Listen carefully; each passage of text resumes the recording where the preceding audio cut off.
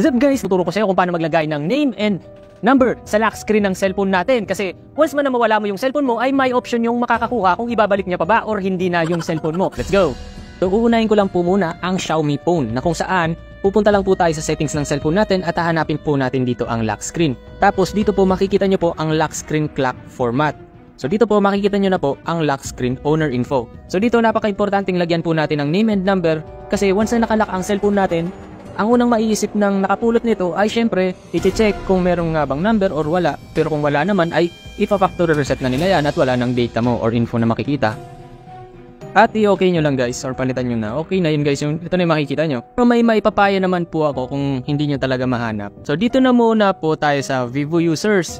Sa Vivo Users, punta lang po kayo sa phone settings ng cellphone nyo at hanapin nyo po ang lock screen and wallpaper. Lagi lang po siyang nandyan. At dito po, i-click nyo po ang lock screen settings.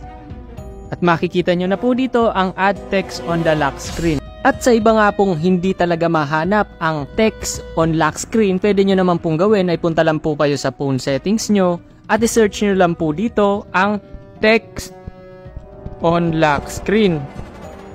At kung wala nga po talagang ganito sa inyo, pwede ka pong gumawa ng wallpaper mo. Pero kung may number ka or name, may chance siya or may option siyang ibalik ang cellphone mo. Hindi lahat ng cellphone ay meron ito.